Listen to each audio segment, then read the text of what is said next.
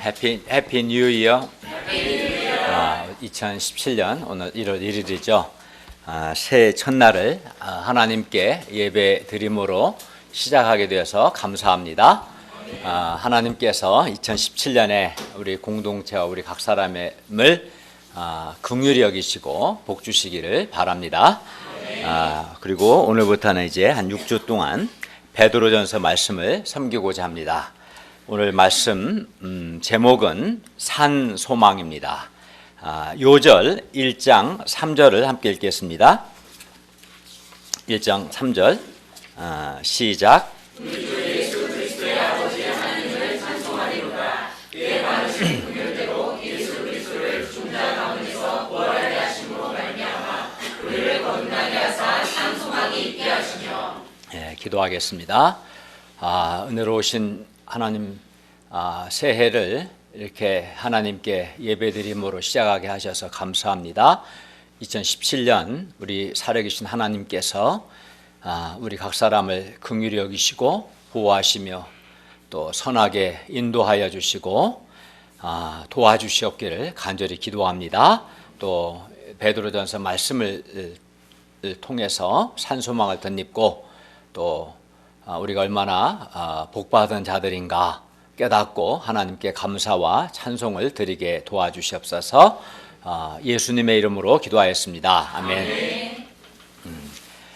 베드로 전서는 사도 베드로가 베드로 전서의 발신인, 편지를 발신인은 베드로입니다. 사도 베드로가 본도 또 갈라디아, 갑바도기, 아시아와 비두니아, 제가 이제 카톡으로 지도를 보내드렸는데 이 지역은 소아시아 지역이에요. 소아시아, 오늘날 터키죠.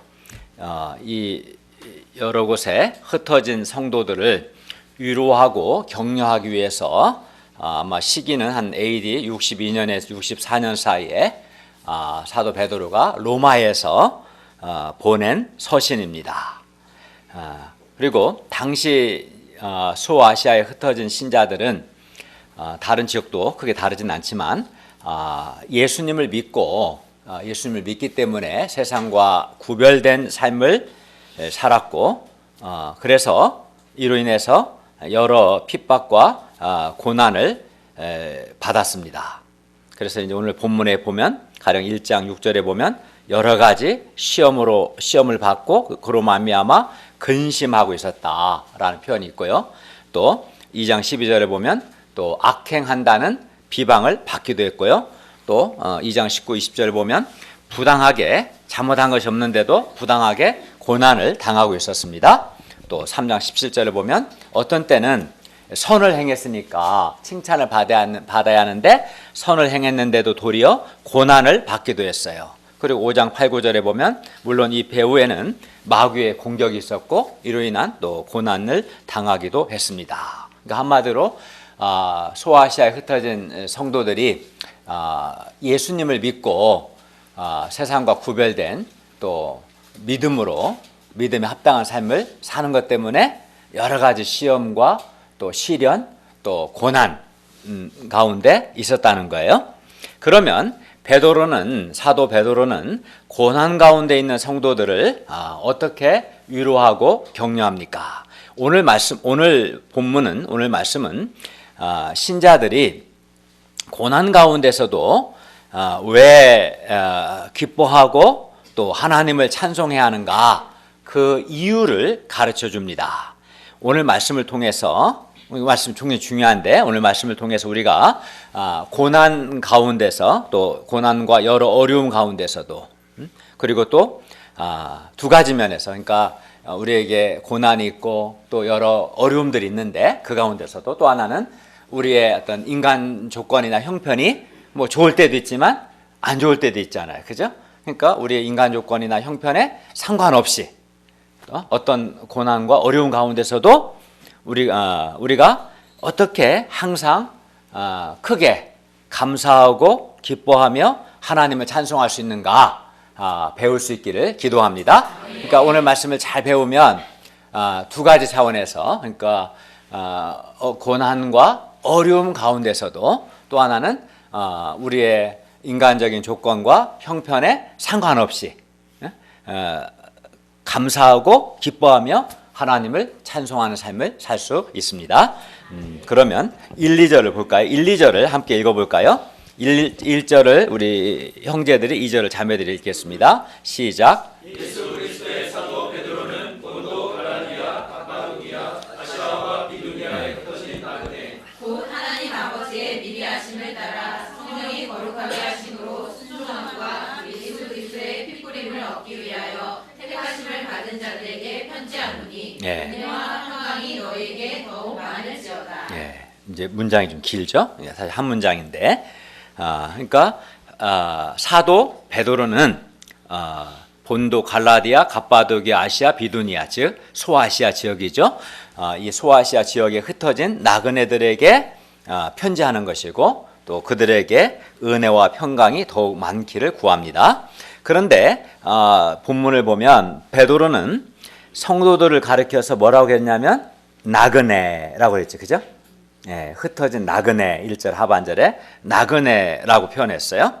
그리고 나그네라는 단어는 뭡니까? 외국 지역에 머무는 일시적인 거주자, 즉 잠시 체류하는 외국인을 가리켜서 나그네라고 해요. 그러니까 예를 들어 우리나라에 지금 거주하는 동남아시아에서 오신 여러 외국인 노동자들이 있잖아요. 이분들은 이제 몇 년 동안 노동하고 자기 나라로 가겠죠. 이런 사람들, 그러니까 일시적인 잠시 체류하는 외국인을 가리켜서 나그네라고 말합니다. 그런데 신자를 가리켜 이런 나그네다라고 표현한 것은 이 세상이 신자들, 예수 믿는 우리 신자들의 영원한 정착지가 아니기 때문입니다. 그리고 나그네는 일반적으로 생각해봐요. 그 동남아시아에서 온 나그네든 우리가 또 외국에 가면 잠깐 나그네죠. 제가 이제 작년이 되죠. 가령 작년 4월달 한 열흘 2주 정도 워싱턴에 갔을 때 나그네인 거죠. 내가 미국 시민권자도 아니고 미국 사람도 아니고 나그네인 거야. 나그네는 일반적으로 그가 속한 사회에서 중심부에 머물지 못하고 주변부에 주로 머물죠.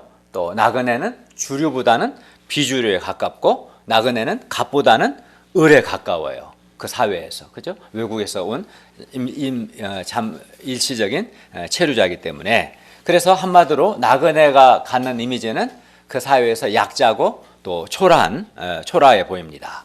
그런데 신자들은 세상에서 바로 이와 같은 이런 나그네로 살아갑니다. 나그네라는 거죠. 우리가 세상에서 중심을 차지하지 못하고 나그네입니다. 그리고 게다가 예수님을 믿고 정말 그 믿음에 합당한 삶을 살면은 여러 가지 부당한 고난을 당하기도 합니다. 그래서 이제 나그네로 사는 것 자체도 힘든데다가 또 내가 예수님을 믿고 구별된 거룩한 삶을 살다 보면 여러 가지 부당한 고난을 당하기 때문에 그러면 이제 좀 힘든 생각이 들고 또 슬픈 생각이 들고 좀 심한 경우에는 비참한 생각이 들 수도 있어요, 없어요? 있죠. 그렇습니다. 그러나 이제 그러니까 세상 사람들 볼 때는 신자는 뭐라는 거예요? 한마디로 나그네다. 그러나 하나님 편에서 보면 하나님 편에서 이제 신자를 봅시다. 하나님 편에서 보면 신자는 뭡니까? 신자는 하나님께 택하심을 받은 사람들입니다. 하나님께 택하심을 받은 사람들입니다. 그래서 사실 이제 이 편지에 쓸 때도 1, 2절에 가장 먼저 나오는 단어가 이제 예수 그리스도 사도 베드로는 택하심을 받은 자들에게 편지한다. 택하심을 받은 자라는 말이 가장 먼저 나와요. 우리 이제 번역상 어쩔 수 없이 2절로 뒤로 왔지만 택하심을 받은 자들이다라는 것을 강조합니다. 그러니까 신자는 세상적으로 볼 때는 나그네지만 하나님 편에서 보면은 어떤 사람입니까? 택하심을 사람들입니다.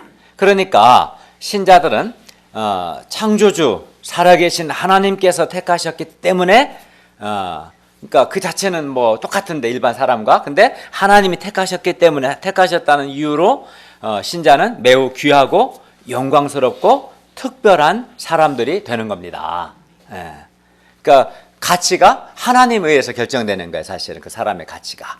그러니까 뭐 세상에선 초라할지라도 하나님이 그를 택하셨기 때문에, 그를 구원하기 위해 택하셨기 때문에 그는 매우 귀하고 특별한 사람이 됩니다. 그런데 신자들의 이런 이 택하심에 성부, 성자, 성령 삼위 하나님께서 개입하셨어요. 성도들은 하나님 아버지, 이게 이제 성부라고 그러죠. 하나님 아버지의 2절 보면 미리 아심을 따라서 택하심을 받았어요.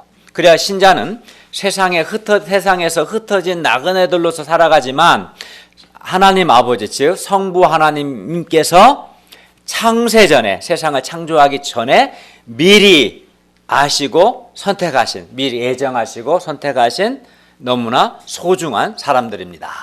그러니까 우리는 그냥 뭐 우연히 어느 순간 택함받은 게 아니라 창세전에, 세상을 창조하기 전에 하나님이 택하신 거예요. 그리고 신자들은 또 성령님께서 거룩하게 하신 사람들입니다. 여기서 이제 거룩하게 하셨다는 것은 두 가지 의미가 있어요. 첫째는 사탄이 통치하는 죄와 사망의 영역에서 하나님께서 다스리시는 의와 생명의 영역으로 신자들이 옮겨진 것. 이거를 이제 확정적 성화라는데 성령님께서 이렇게 진짜 옮기신 거고, 또 둘째는 성령 하나님께서 우리 안에, 우리 속에서 내주하시면서 이루어 가시는 점진적인 성화, 즉 우리가 점점 거룩하여져 가는 것을 의미합니다. 그러니까 삼위 하나님, 성부께서 창세전에 우리를 아시고 택하셨다는 것과, 둘째는 성령님께서 우리를 거룩하게 하셨다. 그럼 여기서 끝나지 않아요. 하나님께서 신자들을 택하신 것은 신자들이 예수님께 순종하고 예수 그리스도의 피 뿌림을 얻도록 하기 위해서예요. 그러니까 왜 택하셨는가? 성부께서 창세전에 미리 아시고 택하신 이유가 우리를 성령을 통해서 성령께서 우리를 거룩하게 하시고, 또 예수님의 십자가에서 흘리신 피로 피를 뿌려서 우리로 죄사함, 죄 용서를 받도록 하기 위해서라는 거예요. 그런 목적 가운데 성부, 성자, 성령 하나님이 이제 우리를 택하신 거죠. 그래서 신자들은 성부, 성자, 성령 하나님의 특별한 선택, 특별한 은혜, 특별한 긍휼과 사랑을 받은 사람들인 거죠. 그리고 이를 생각할 때 어때요? 하나님께 성부, 성자, 성령 삼위 하나님께 감사하고 또 하나님을 찬송하고자 하는 마음이 생기는 겁니다. 내가 한 게 아무것도 없는데 창세전에, 내가 존재하기도 전에 삼위 하나님께서 택하신 거지. 택하셔서 성령을 통해 거룩하게 하시고 예수님의 십자가의 피로 피를 뿌려서 우리를 의롭게 하시고 죄용서하셨다, 그겁니다. 우리가 세상에서 흩어진 나그네로 살아가지만 삼위 하나님의 택하심을 받은 매우 소중하고 영광스러운 존재라는 것을 알 때, 그게 이제 신자의 정체성이죠, 사실은.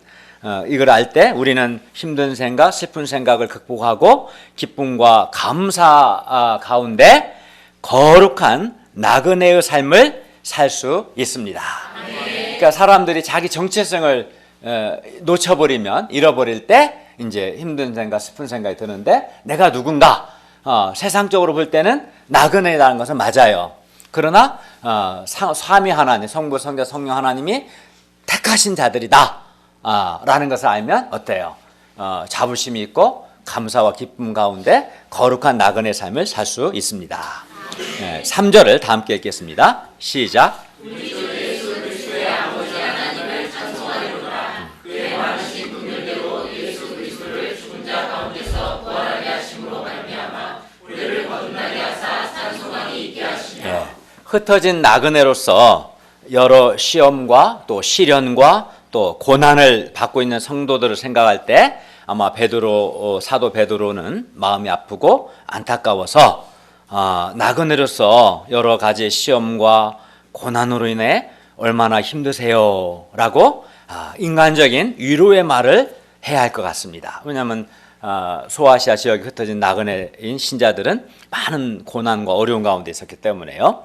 그러나 베드로가 여러 가지 시험과 고난 가운데 있는 신자들에게 가장 먼저 한 말은 3절에 뭐냐면 찬송하라는 거였어요. 이게 그 헬라어 성경을 보면, 원어 성경을 보면 찬송하리로다라는 단어가 문장 맨 앞에 나와요.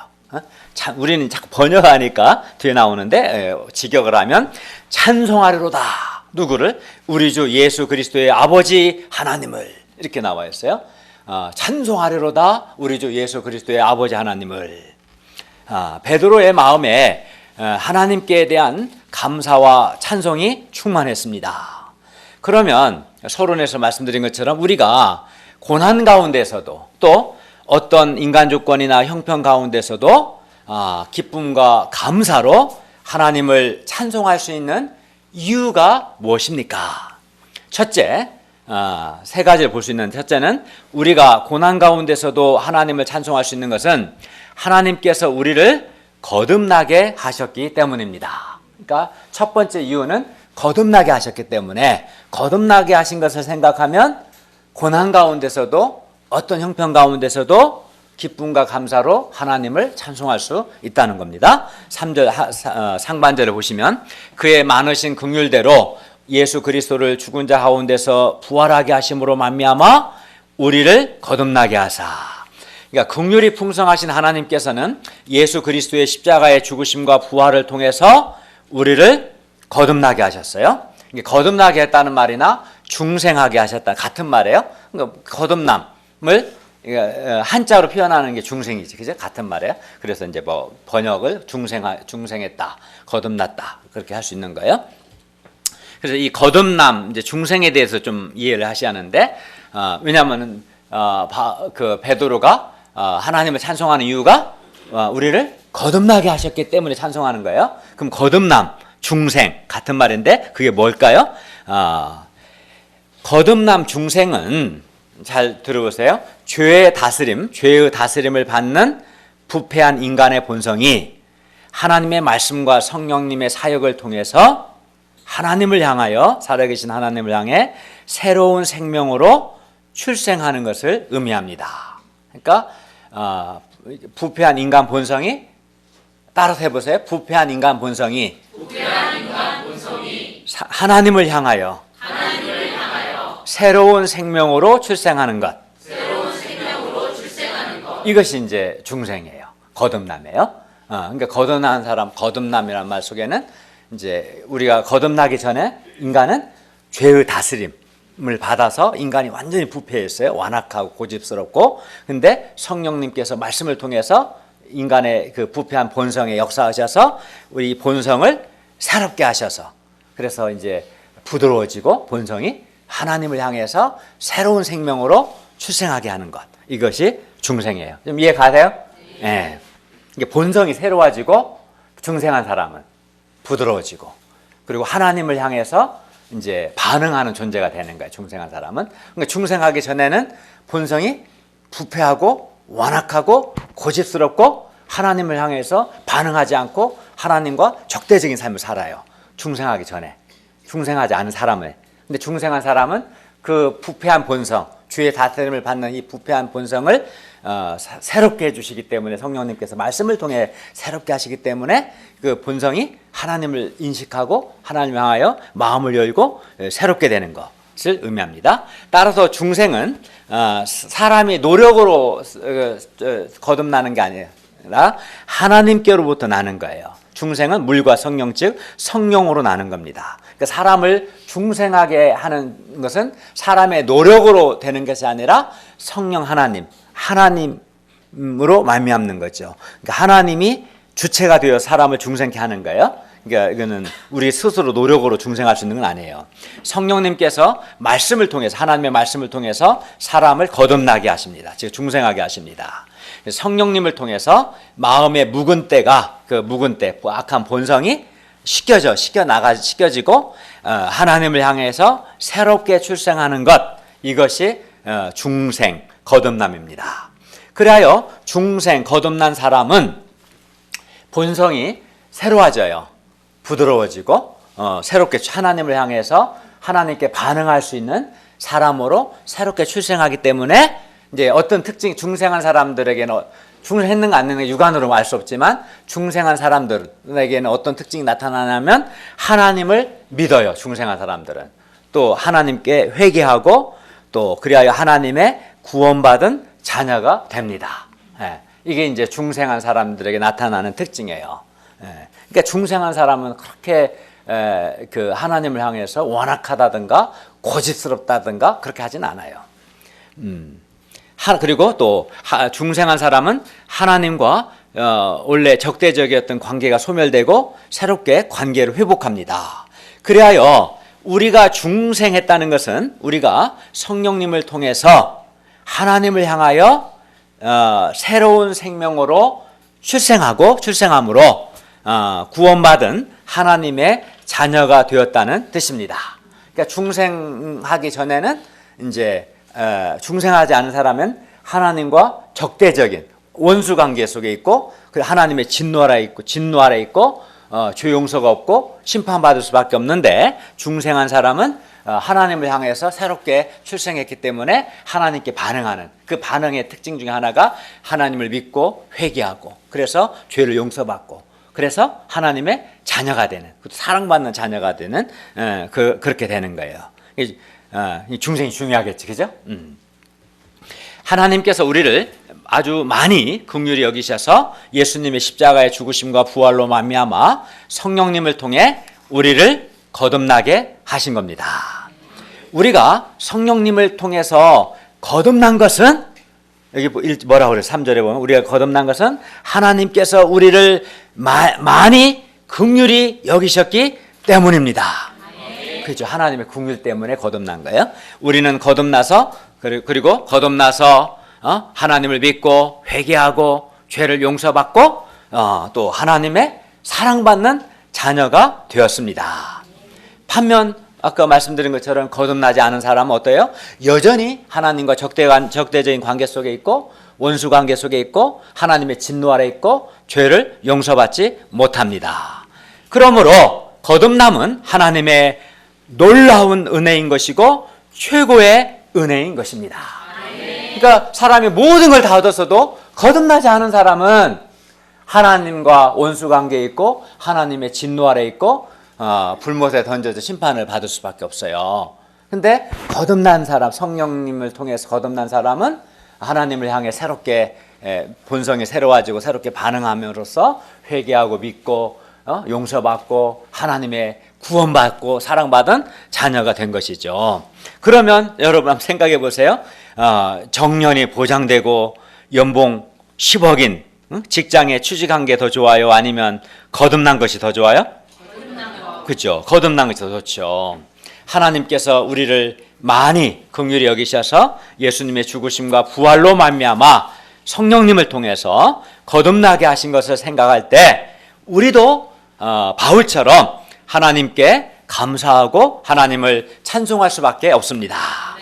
찬송하리로다 우리 주 예수 그리스도의 아버지 하나님께서 그의 많으신 긍휼대로 예수 그리스도를 죽은 자 가운데서 부활하게 하심으로 말미암아 우리를 거듭나게 하셨습니다.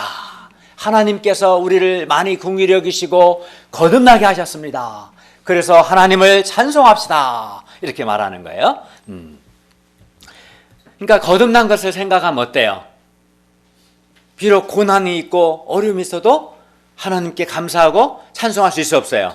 가장 중요한 걸 얻었으니까 귀한 걸. 또 내가 좀 인간 조건이 안 좋아, 또 내 형편이 좀 안 좋아, 시험도 떨어지고 몸도 아프고 실패도 하고 연봉도 별로 안 좋고 그래도 거듭난 것을 생각하면 어때요? 하나님께 감사하고 찬송할 수 있는 거예요. 그러니까 거듭난 사람은 고난 가운데서도 또 어떤 인간 조건이나 형편 가운데서도 하나님께 감사할 수 있고 하나님을 찬송할 수 있는 거예요.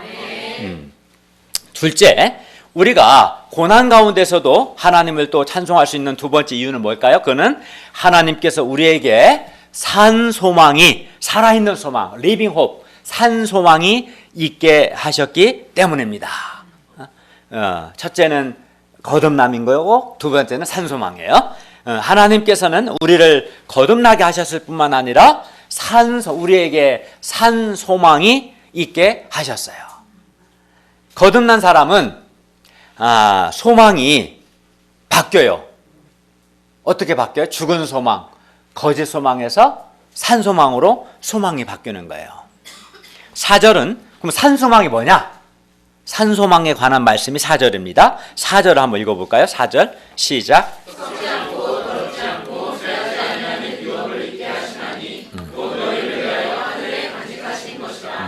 산소망은 오늘 말씀은 굉장히 기독교의 핵심적인 진리를 얘기하는 거예요.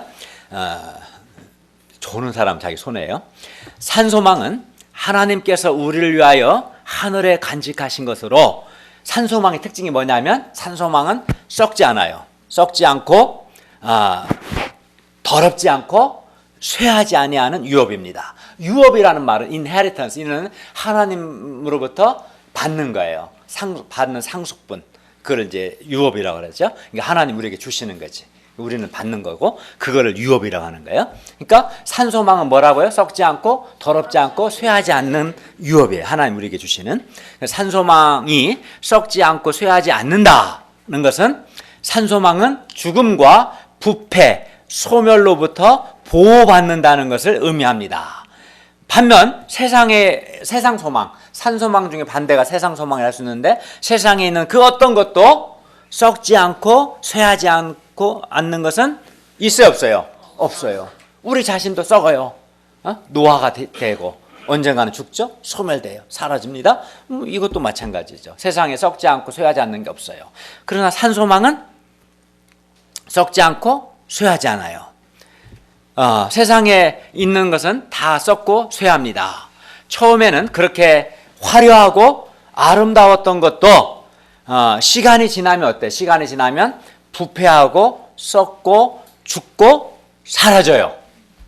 사라집니다. 지금 가장 예쁘고 사랑스러울 때가 요즘 태어난 서준이나 지은이. 내가 어제도 서준이 얼굴 봤는데, 그제? 피부가 깨끗해요. 점 하나도 없어요. 점도 티도 없어요. 근데 우리는 점도 티도 많죠. 우리는 이미 이제 진행되고 있는 거죠, 노화가. 한 20살 정도까지가 괜찮고, 20살부터 이제 점점 이제 거기 20살에서 정점을 찍고 쭉 가는 거예요, 이제. 좀 일찍 가는 사람도 있고.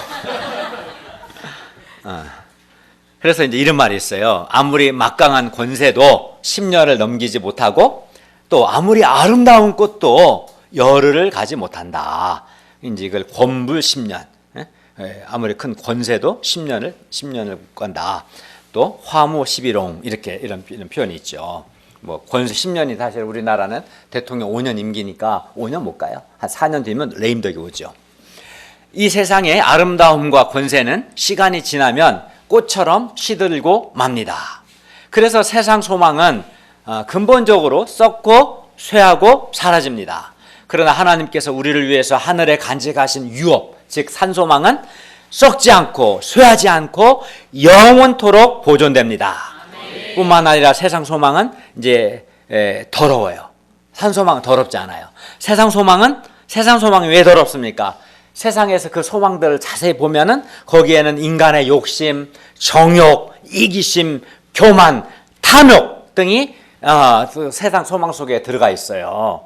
그래서 이 세상 소망은 막 돈을 막 벌려고 대한 소망 때문에 부정부패로 더러워지기도 하잖아요. 그렇죠? 그리하여 세상 소망은 죄로 오염되어 있고, 그래서 더럽고 추합니다. 그러나 산소망은 결코 더럽지 않습니다. 왜냐하면 산소망은 하나님께서 우리를 위하여 하늘에 간직하신 유업이기 때문입니다. 산소망에는 인간의 더러운 욕망과 죄가 개입되어 있어요. 그래서 세상 소망은 썩고 더럽고 쇠하는 소망이기 때문에, 그런 점에서 산소망이 아니라 세상 소망은 반대로 죽은 소망인 거예요. 또 세상 소망은 그 소망은 사라지기 때문에, 썩고 쇠하고 없어지기 때문에 진정한 소망이 될 수 없고 거짓 소망인 거죠. 반면 하나님이 우리에게 주신 산소망은 썩지 않고 더럽지 않고 쇠하지 않는 소망이기 때문에, 그 산소망은 늘 살아있는 소망이고 또 사라지지 않기 때문에 참된 소망이에요. 또 이제 뒤에 더 볼 거예요. 그런데 산소망은 그럼 구체적으로 뭡니까? 뭘 가르쳐 산소망이라고 알아겠어요? 우리 주 예수님께서 재림하시고 그때 우리 몸이 영광스러운 몸으로 부활하는 것, 그게 이제 산소망인 거예요. 우리 몸의 영광스러운 부활이에요. 또 영생을 누리는 거, 영생. 또 새 하늘과 새 땅에서, 새 땅 자체도 산소망이고 새 하늘과 새 땅에서 성부, 성자, 성령 삼위 하나님과 아주 친밀한 교제 가운데에서 누리게 될 영생의 기쁨 등 이런 것들이 하나님이 우리에게 주신 산소망, 하늘에 우리를 위하여 하늘에 간직하신 유업인 거죠. 이거는 정말 사라지지 않아요. 더럽지도 않고 썩지도 않아요. 우리가 그렇죠. 우리 몸이 노화가 없어요. 부활의 몸은 노화가 진행되지 않아요. 부활의 몸은 죽지 않아요. 영광스러운 몸으로 부활하게 되고 새하늘과 여기 이 지구는 오염이 많이 돼 있죠 지금. 그렇죠. 백이 여러 가지 뭐 오염이 많잖아요. 위험한 요소도 많아요. 원전 때문에. 근데 새하늘과 새 땅은 아주 완전한 환경이죠. 오염되어 있지 않고 새하늘과 새 땅에서 영생의 기쁨을 누리고 삼위 하나님과 교제 안에서 즐거움을 누리는 그런 것들. 이것이 우리에게 주신 산소망이죠. 예.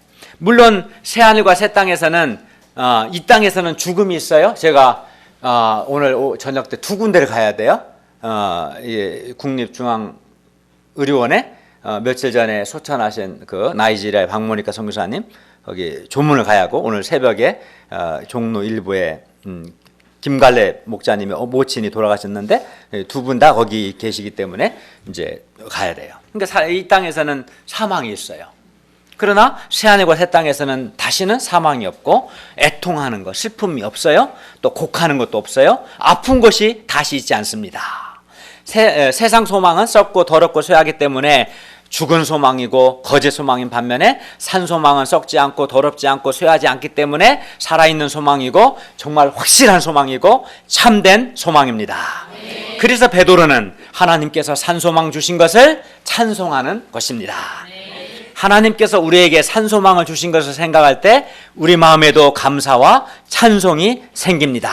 네. 그러니까 이런 산 소망을 가진 사람은 고난 가운데서도 기쁨과 감사로 하나님을 찬송할 수 있고 또 산소망을 가진 사람은 어때요? 자기의 인간적인 조건이나 형편이 좀 어려움이 있을지라도 근본적으로 감사하고 찬송할 수 있는 거예요. 따라서 거듭난 우리는 죽은 소망, 거짓 소망이 아닌 산 소망을 바라보고 산 소망을 붙들고 살아야 합니다. 그러나 많은 사람들이 썩지 않고 더럽지 않고 쇠하지 않는 하나님께서 우리를 위하여 하늘에 간직하신 이 산 소망보다도 이제 사람들을 보면 죽은 소망이요 거짓 소망인 이 세상 소망은 죽은 소망이죠. 사라지니까 거짓 소망이에요. 거짓 소망 이유는 이제 첫 번째는 사라진다는 거고 두 번째는 좀 더 보겠어요. 어쨌든 이 세상 소망을 붙들고 살아가는 것을 봐요. 산 소망보다는. 그러면 죽은 소망이고 거짓 소망인 세상 소망에는 어떤 것들이 있겠어요? 아까 산 소망은 우리 몸의 영광스러운 부활의 몸과 영생, 새하늘과 새 땅에서의 삶, 또 하나님과 교제 가운데 누리는 영생의 기쁨, 평화, 무한한 행복 여러 가지가 있겠죠? 그러면 세상 소망은 주로 사라지니까 죽은 소망이고 또 세상 소망이 이제 거짓 소망인 것은 뒤에 보겠지만 이 세상 소망은 인간의 근본 문제를 해결하지 못해요. 죄와 죽음 문제를 해결해 주지 못해 세상 소망은. 그래서 거짓 소망인 거예요. 우리에게 영생을 못 줘요. 세상 소망은. 쾌락을 줄 수는 있겠지만 영생을 주지는 못해요. 그래서 세상 소망은 사라지고 근본 문제 해결해 주지 못하고 영생을 못 주니까 그 세상 소망은 죽은 소망이고 무슨 소망? 거짓 소망일 수밖에 없는 거예요. 그러면 이 거짓 소망, 죽은 소망이라고 할 수 있는 세상 소망에는 뭐가 있겠어요? 많은 사람들이 소망하는 게 대체로 뭐겠어요? 많은 사람들이 학생들은 좋은 대학에 입학하는 것을 소망하죠. 또 우리 이제 취업을 해야 할 분들은 아니면 또 이미 취업하신 분들은 근무 조건이 좋고 또 정년이 보장되고 게다가 연봉도 아주 많은 그런 좋은 직장에 들어가는 것을 또한 소망하죠. 또는 세상에서 높은 지위에 올라가고 또 세상에서 성공하는 것을 소망하기도 합니다. 이게 다 세상 소망들이죠. 또는 많은 돈을 부자가 되는 것, 돈 많이 버는 것을 소망하기도 합니다. 또는 뭐 좋은 남편이나 좋은 아내를 얻는 것을 소망하는 사람도 있어요. 남편이나 아내가 실망시켜서 남편이나 아내에 대한 소망을 접고 자식에게 소망을 두고 사는 사람도 있어요. 이 외에도 사람들이 세상에서 소망하는 것들이 많아요. 여러분은 뭘 소망해요? 뭘 소망해요? 뭐 김나무 논문 통과됐어요? 이제 소망이 사라졌네. 소망이 이루어졌어요? 이루어지면 더 이상 소망이 아니죠. 이미 이루어졌으니까. 또 여러분 뭘 소망해? 원장님은 병원이 잘 되기를 소망하겠죠. 그렇죠. 또 우리 한상원 목사님 이번에 임용고시 합격하기를 소망하겠죠. 뭐 각자가 소망하는 게 많이 있어요. 네. 근데 이제 그리고 이러한 소망들이 이루어지기를 바라는 마음으로 아무런 과학적 근거도 없이 1월 1일에 동해안으로 일출을 보러 가는 사람도 있어요. 1월 1일 일출 보는 것과 소망이 이루어지는 전혀 상관이 없는데 차 막히는데 왜 가는지 모르겠어요. 오늘 간 사람도 많이 있을 거예요. 어제 간 사람들이겠죠. 네. 그리고 또 생각해보면 이러한 세상 소망들도 만만치 않아요. 이러한 세상 소망들이 이러한 세상 소망들을 이루는 것이 쉬워요, 안 쉬워요? 쉽지 않아요, 사실은. 쉽지 않습니다. 그리고 설령 이러한 세상 소망들이 이루어져도 이러한 세상 소망들은 우리의 내면 문제나 죄와 죽음의 문제를 해결해 주지 못합니다. 이런 세상 소망이 우리에게 영생을 주지 못합니다. 그래서 사실은 이루어져도 이거는 거짓 소망인 거예요. 그리고 이러한 세상 소망들은 썩고 더럽고 쇠합니다. 이와 같이 세상 소망은 첫째는 썩고 더럽고 쇠하기 때문에 사라지기 때문에, 둘째는 우리의 근본 문제인 죄와 죽음의 문제를 해결해 주지 못하고 우리에게 영생을 주지 못하기 때문에 이 세상 소망은 죽은 소망이고 거짓 소망인 것입니다. 예를 들어 좋은 대학이나 좋은 직장, 세상에서 성공 또는 많은 돈이 우리에게 기쁨과 행복을 줄 것 같지만 이러한 소망들은 우리에게 참된 기쁨과 만족과 평화와 행복을 주지는 못합니다. 왜냐하면 우리의 근본 문제인 죄와 죽음의 문제를 해결해 주지 못하고 또 우리 하나님과 우리의 관계를 회복시켜 주지도 못하고 아까 말씀드린 것처럼 이런 세상 소망이 우리에게 영생을 주지 못하기 때문에 그렇습니다. 또 남편이나 아내가 소망일 것 같지만 남편이나 아내가 소망이 될 수 없습니다. 남편이나 아내를 인간적으로 의지하고 소망을 두고 살다 보면 실망할 때가 많습니다. 자식도 마찬가지예요, 사실은. 많은 부모들이 자식이 명문대 가는 것을 그 소망 가운데 살아가는데 그 심정을 이해하는 가지만 그게 근본적인 소망이 될 수는 없어요, 사실은. 그리고 무엇보다 이러한 세상 소망들은 죽음 앞에서 무력해요. 아무 힘이 없어요. 또 죽음과 함께 사라집니다. 돈이 썩지 않고 쇠하지 않고 영원합니까? 그렇지 않죠. 돈이 없어질 수 있어요. 돈이 없어지지 않고 돈이 그대로 있을지라도 내 자신이 언젠가는 죽습니다. 내가 죽으면 돈이 없어지는 거예요. 또 돈이 죽음을 막지 못할 뿐만 아니라 우리는 죽을 때 돈을 가져가지도 못하고 설령 돈을 가져가도 아무 쓸데가 없어요. 허무한 거예요, 사실은.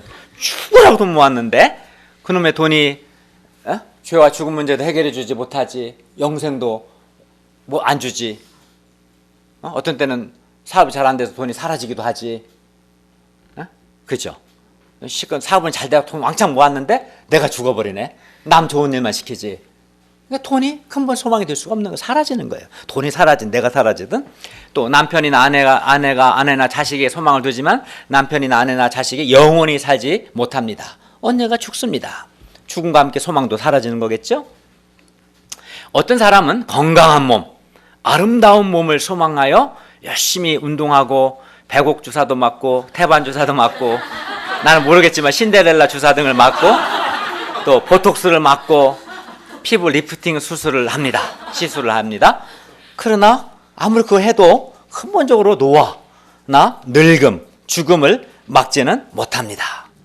세상 소망은 썩고 더럽고 쇠합니다. 그래서 썩고 더럽고 쇠하는 이 세상 소망을 붙들고 살아가는 사람은 이제 그 세상 소망이 썩고 사라질 때 크게 실망하고 절망할 수밖에 없어요. 세상 소망은 겉으로 아무리 좋아 보이고 화려해 보여도 세상 소망의 본질은 결국은 죽은 소망일 수밖에 없고 거짓 소망일 수밖에 없습니다. 세상 소망은 또 더럽습니다. 세상 소망에는 인간의 이기심, 욕심, 자기 자랑, 교만과 같은 인간의 부패한 본성이 들어가 있어요. 그래서 세상 소망은 더럽고 추합니다. 그리고 세상 소망을 추구하는 과정에서 돈을 벌려고 믿음을 잃어버려요. 하나님보다 돈을 더 중시하기 때문에 영적 투쟁을 하지 않고, 또 아니면 그렇지 않더라도 불신자라 할지라도 돈이란 세상 소망을 추구하는 과정에서 또 다른 것도 마찬가지겠지만 서로 막 경쟁하고 시기하고 미워하고 거짓말도 하고 각종 불의를 행합니다. 어떤 사람은 사람들로부터 인정과 칭찬, 이것도 사실은 세상 소망이에요. 인정과 칭찬을 받으려고 세상 소망을 추구하는 것을 봅니다. 그러나 이 사람의 인정과 칭찬이 우리에게 영생을 주지 못할 뿐만 아니라 사람에게 매이게 하고 죄의 종이 되게 하고, 또 그 과정에서 여러 가지 다툼을 일으키고 다른 사람에게 상처와 아픔과 고통을 주게 돼요. 그러니까 세상 소망을 추구하면 추구할수록 결국은 나도 고통스럽고 남도 고통스럽게 하게 돼요. 왜? 그 세상 소망은 결국은 더러운 욕망이 들어가 있기 때문에 그런 거예요. 사람들이 산 소망을 붙들지 않고 거짓 소망, 죽은 소망을 붙들고 사기 때문에 실망하고 좌절하고 절망하는 겁니다. 그리고 그 세상 소망이 이루어지지 않을 때 결핍을 느끼고 불만을 느끼고 또 내면이 어두워져요. 그 세상 소망이 이루어지지 않을 때 불만이 생기고 결핍을 느끼죠. 이루어지면 또 이루어진 대로 근본 문제를 해결해 주지 못하기 때문에 허물을 느낄 수밖에 없고 또 속았다는 실망과 절망을 느끼게 돼요. 세상 소망의 한계, 이게 거짓 소망, 죽은 소망을 붙드는 한 실망하고 좌절하고 절망하고 또 슬픈 생각, 어두운 생각 할 수밖에 없습니다. 왜냐하면 거짓 소망, 죽은 소망은 이루어지지 않을 때가 더 많고 설령 이루어질지라도, 그 소망이 이루어질지라도 그것은 언젠가는 썩고 쇠하기 때문이며 우리에게 근본적으로 영생을 주지 못하기 때문에 그렇습니다. 반면 산 소망은 썩지 않고 더럽지 않고 쇠하지 않기 때문에 죽음 앞에서도 소멸되지 않고 영원합니다. 그래서 산 소망은 정말 좋은 소망이고 최고의 소망입니다. 그래야 산 소망이 있는 사람은 현재의 자신의 인간 조건이나 형편과 상관없이, 예를 들어 내가 비록 내가 원하는 대학에 입학하지 않았을지라도, 또는 내가 원하는 좋은 직장에 들어가지 않았을지라도, 또는 연봉이 많지 않을지라도, 또는 내가 돈이 많지 않을지라도, 또 자식이 원하는 대학에 못 갔을지라도 썩지 않고 더럽지 않고 쇠하지 않는 산소망, 즉 몸의 영광스러운 부활과 또 부활의 소망, 또 영생의 소망, 또 새하늘과 새 땅에서 삼위 하나님과 깊은 교제 가운데서 영생을 누릴 영생의 기쁨을 누릴 소망이 있기 때문에 고난 가운데서도 또는 어떤 인간적인 조건이나 형편 가운데서도 이 산소망 있는 사람은 항상 기뻐하고 감사하며 행복할 수 있습니다. 그리고 산소망을 있게 하신 하나님을 찬송합니다. 그러니까 우리가 뭘 봐야 돼요? 하나님이 우리를 위하여 예비하신 산소망을 바라보고 붙들어야 돼요. 산소망을 바라보고 붙드는 한 우리는 어떤 고난과 어떤 인간적인 조건과 형편 가운데서도 감사하고 기뻐하고 행복하고 하나님을 찬송할 수 있어요. 반면 세상 소망, 죽은 소망, 거짓 소망을 계속 바라보고 거기에 매달려 있으면 결핍과 불만을 느끼고 또 어두운 생각을 하게 되고 실망하게 되고 좌절하게 되고 절망할 수밖에 없습니다. 산소망 있는 사람은 그 마음의 기쁨과 감사와 찬송이 넘칩니다. 산소망은 우리를 결코 실망시키지 않을 뿐만 아니라 산소망은 현재의 크고 작은 많은 어려움들을 인내하고 극복하게 하는 원동력이 됩니다.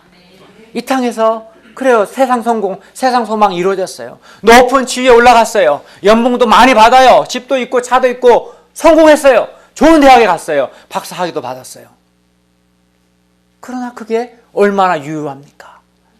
나이 70만 되고 80만 돼도 그건 아무 의미가 없어져요. 죽음과 함께 다 사라져요. 그는 쇠하고 썩고 없어지는 거예요, 사실은. 그 나의 영생을 주지도 못해요. 그렇기 때문에 그 세상 소망은 이루어져도 결국은 죽은 소망이고 거짓 소망이고 한계가 있을 수밖에 없는 거예요, 사실은. 그죠? 사도 베드로는 하나님께서 우리에게 세상 소망을 주신 것을 찬송한 것이 아니라 하나님께서 산 소망이 있게 하신 것을 찬송했습니다. 거듭나지 않은 사람은 거짓 소망, 죽은 소망, 세상 소망 붙들고 삽니다.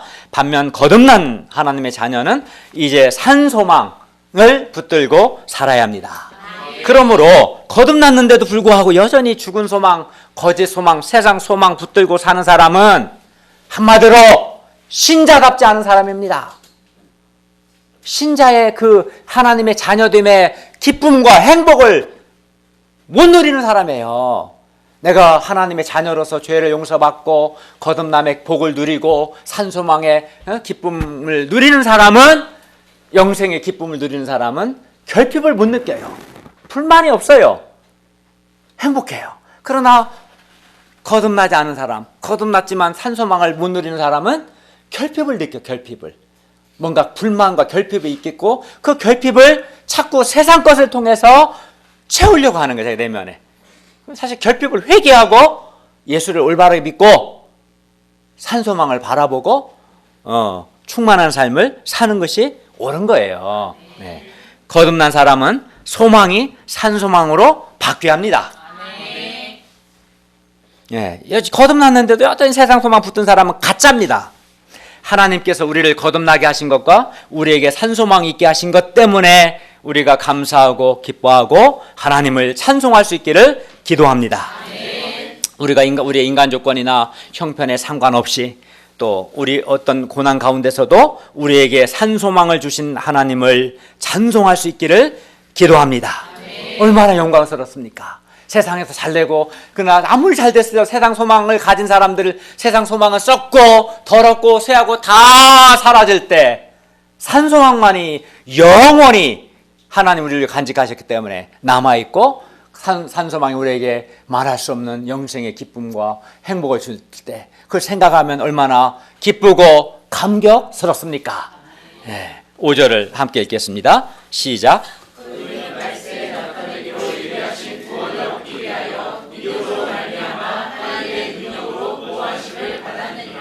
여기서 말세에 나타나기로 예비하신 구원은 우리 구원의 최종적이고 온전한 성취에 대한 것을 가리킵니다. 하나님께서는 우리에게 산소망을 허락해 주셨을 뿐만 아니라 우리가 말세에 나타나기로 예비하신 구원을 얻기까지 하나님의 능력으로 우리를 보호하십니다. 그런데 하나님은 하나님께 대한 신자들의 개인적인 믿음을 통해서 보호하셔요. 그렇기 때문에 하나님께 대한 우리 자신의 개인적인 믿음을 지키는 것이 중요합니다. 우리의 믿음을 통해서 하나님의 능력 우리를 보호하십니다. 셋째, 이제 우리가 고난 가운데서 기뻐할 수 있는 이유, 세 번째가 뭡니까? 우리 믿음의 확실함. 이 말은 확실한 믿음, 참된 믿음, 진짜 믿음을 말하는데, 믿음의 확실함이 예수님께서 다시 오실 때 칭찬과 영광과 존귀를 얻게 할 것이기 때문에 우리는 고난 가운데서도 크게 기뻐할 수 있습니다. 6절을 함께 읽겠습니다. 시작. 그러므로 너희가 이제 여러 가지 시험으로 말미암아 잠깐 근심하게 되지 않을 수 없으나 오히려 크게 기뻐하는도다. 여기서 여러 가지 시험은 예수님을 믿기 때문에 겪는 여러 시련들을 가리킵니다. 예수님을 안 믿는 사람도 삶의 현장에서 여러 가지 시련을 겪습니다. 하지만 예수님을 믿기 때문에 특별히 겪는 시련들도 있습니다. 우리가 세상과 구별돼서 거룩한 삶을 살고자 하고 또 하나님께서 우리에게 맡기신 사명 중심의 삶을 살고자 할 때 여러 가지 시련과 고난과 어려움들이 있습니다. 그리하여 베드로는 신자에게 여러 가지 시험이 있고 이로 말미암아 잠깐 동안 근심할 수 있다라고 말하고 있습니다. 그러나 결국에는 잠깐 근심하지만 결국에는 크게 기뻐합니다. 왜 그럴까요? 왜냐하면 신자들이 겪는 고난과 시련이 신자에게 우리 믿음의 확실함, 그러니까 확실한 믿음을 가져오고 우리 믿음의 확실함은 금보다 더 귀하여 예수 그리스도께서 나타나실 때, 재림하실 때 칭찬과 영광과 존귀를 얻게 할 것이기 때문입니다. 7절을 보십시오. 7절 읽어볼까요? 시작. 너희 믿음의 확실함은 물로 연달아도 없어질 금보다 더 귀하여 예수 그리스도께서 나타나실 때에 칭찬과 영광과 존귀를 예, 불로 연단한 금, 불순물이 하나도 없는 순금은 매우 귀하죠. 그러나 불로 연단한 그 금도 언젠가는 없어집니다. 반면 우리 믿음의 확실함, 이 말은 이제 확실한 믿음, 참된 믿음, 진짜 믿음은 불로 연단한 금이나 다른 그 어떤 것보다도 더 귀하고, 첫째는, 그리고 그 확실한 믿음은 없어지지 않습니다. 그래서 참된 믿음, 믿음의 확실함은 예수 그리스도께서 나타나실 때 칭찬과 영광과 존귀를 얻게 합니다. 그래야 우리는 여러 가지 시험과 고난 가운데서도 크게 기뻐할 수 있습니다. 그러므로 우리가 여러 가지 시험과 시련과 고난을 통해 믿음의 확실함, 즉 확실한 믿음을 갖게 되기를 기도합니다. 그러니까 고난 가운데 우리가 고난을 어떻게 바라봐야 하냐면 믿음의 확실함, 즉 확실한 믿음, 참된 믿음, 진짜 믿음을 갖게 되는 기회로 삼아야 한다는 거예요, 고난을. 그러면 참된 믿음은 뭡니까? 여러 가지 시험과 고난 가운데서도 또 어떤 시련과 어려움 가운데서도 변함없이 하나님의 살아계심과 하나님의 사랑과 하나님의 선하심, 하나님의 신실하심을 믿는 믿음이 확실한 믿음이고 참된 믿음입니다. 그리고 이러한 참된 믿음은 그냥 갖게 되는 게 아니에요. 여러 가지 시험과 시련과 고난 가운데서 많은 연단을 통해서 소유하게 되기 때문에 우리는 여러 가지 시험과 시련과 고난 가운데서도 잠깐 근심하지 않을 수 없으나 오히려 크게 기뻐할 수 있습니다. 그 시련과 시험과 시련과 고난이 확실한 믿음을 갖게 할 것을 바라보는 사람은 기뻐하죠. 그러므로 우리가 고난과 시련의 때에 잠깐 근심할 수 있으나 우리의 믿음이 고난을 통해, 그러니까 금은 불로 이렇게 연단하잖아요. 온도를 가열해서. 그러나 사람은, 믿음은 불로 하는 게 아니라 믿음은 여러 가지 시험과 시련, 어려움, 고난을 통해서 믿음은 연단을 받아요. 그래서 금보다 더 귀한 믿음, 믿음의 확실한 믿음, 진짜 믿음을 갖게 되고, 이 진짜 믿음은 예수님께서 예수님께 칭찬과 영광과 존귀를 얻게 합니다. 그래서 이것을 바라보는 사람은 고난 가운데서도 크게 기뻐할 수 있습니다. 그러니까 고난만 바라보면 기뻐하지 않죠. 그러나 이 고난을 통해서 우리 예수님께서 칭찬하시고 예수님께 주시는 칭찬과 영광과 존귀를 얻게 하는 믿음의 확실한 믿음을 갖게 되는 이제 기회를 삼고자 하면은 이제 고난 가운데서도 기뻐할 수 있는 거예요, 사실은. 8, 9절을 읽겠습니다. 시작. 예수를 너희가 보지 못하시나 사랑하시도다. 이제도 보지 못하나 믿고 말할 수 없는 영광스러운 즐거움으로 기뻐하니 믿음의 결국 곧 영혼의 구원을 받으리라. 베드로는 예수님을 보았습니다. 그러나 베드로전서를 읽는 신자들은 예수님을 보지 못했으나 예수님을 사랑하고 있고 예수님을 믿고 있고 말할 수 없는 영광스러운 즐거움으로 기뻐하고 있습니다. 왜냐하면 믿음의 결국 곧 영혼의 구원을 얻기 때문입니다. 예수님께서 재림하실 때 최종적으로 구원을 받게 될 것을 생각할 때 기뻐할 수 있습니다. 예수님께서 모든 눈물을 닦아주시고 다시는 사망이나 애통하는 것이나 아픔이 없는 완전한 구원을 우리에게 주실 것이기 때문에 기뻐합니다. 우리도 예수님을 보지 못했어요. 그러나 믿음의 결국 곧 영혼의 구원을 받기 때문에 우리 역시 예수님을 사랑하고 말할 수 없는 영광스러운 즐거움으로 기뻐할 수 있습니다. 결론입니다.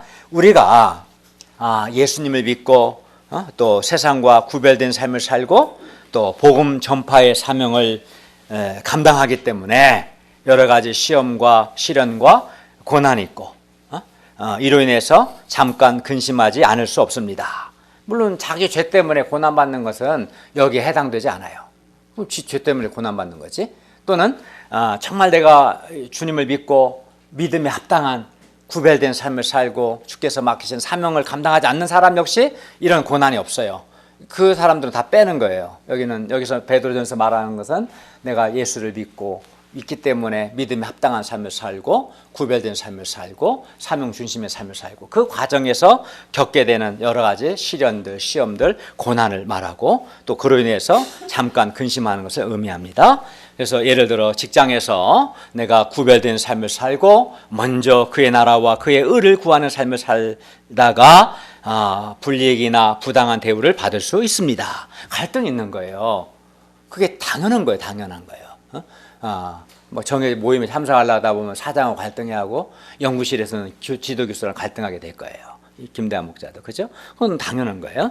또는 캠퍼스에서 복음을 전하다가 어려움을 겪기도 합니다. 왜냐하면 거절하고 배척한 사람이 있으면 당연한 거예요. 또는 그 과정에서 우리가 질병으로 우리 몸이 아플 수도 있습니다. 또 많이 수고했으나 보이는 열매가 하나도 없고 게다가 하는 일들이 잘 안 되면 우리의 근심은 더욱 커질 수도 있습니다.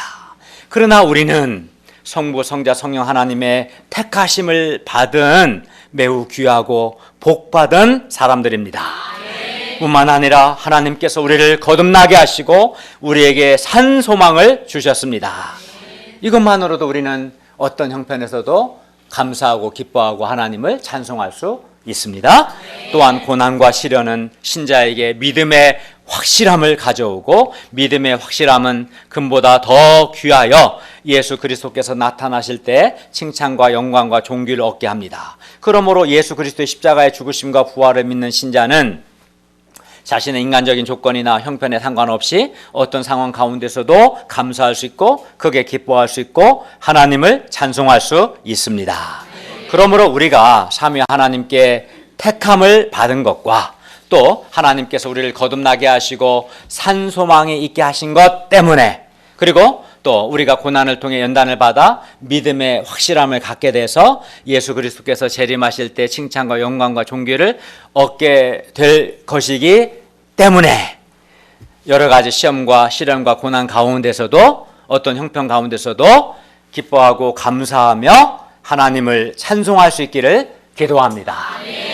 오늘 말씀을 마음에 영접하면 우리는 어떤 형편 가운데서도 고난 가운데서도 하나님을 찬송하고 감사하고 기뻐하는 삶을 살 수 있어요. 첫째는 하나님 우리를 택하셨기 때문에 하나님 우리를 거듭나게 하셨기 때문에 하나님이 우리에게 산소망을 주셨기 때문에 고난을 통해서 믿음의 확실함을 소유하게 돼서 영광과 존귀와 칭찬을 받게 될 것이기 때문에 그걸 생각할 때 우리는 감사하고 기뻐하고 하나님 찬송할 수 있어요. 반면에 세상 소망은 잘 안 이루어질 생각만큼 또 이루어진다 하더라도 세상 소망은 근본적으로 썩고 더럽고 쇠하고 언젠가는 사라지고 잘 안 사라지면 우리 자신의 죽음과 함께 사라질 것이기 때문에 세상 소망은 근본적으로 우리에게 세상 소망 붙은 사람은 실망하고 좌절하고 절망할 수밖에 없고 또 세상 소망은 우리 인생의 근본 문제, 죄와 죽음의 문제 해결해 주지 못하고 우리에게 영생의 기쁨을 주지 못하기 때문에 세상 소망은 자신의 죽음과 함께 사라지고 세상 소망을 붙들고 산 사람은 망합니다. 우리가 산 소망을 붙들고 살 수 있기를 바랍니다. 기도하겠습니다. 은혜로우신 주님, 오늘 베드로전서 처음 말씀을 통해서 우리가 어떤 형편에서도 어떤 고난 가운데서도 감사하고 기뻐하며 찬송할 수 있는 하나님을 찬송할 수 있는 이유를 가르쳐 주셔서 감사합니다. 하나님께서 우리를 거듭나게 하시고 산소망 있게 하신 것을 감사하고 찬송할 수 있도록 도와주시옵소서. 예수님의 이름으로 기도하였습니다. 아멘.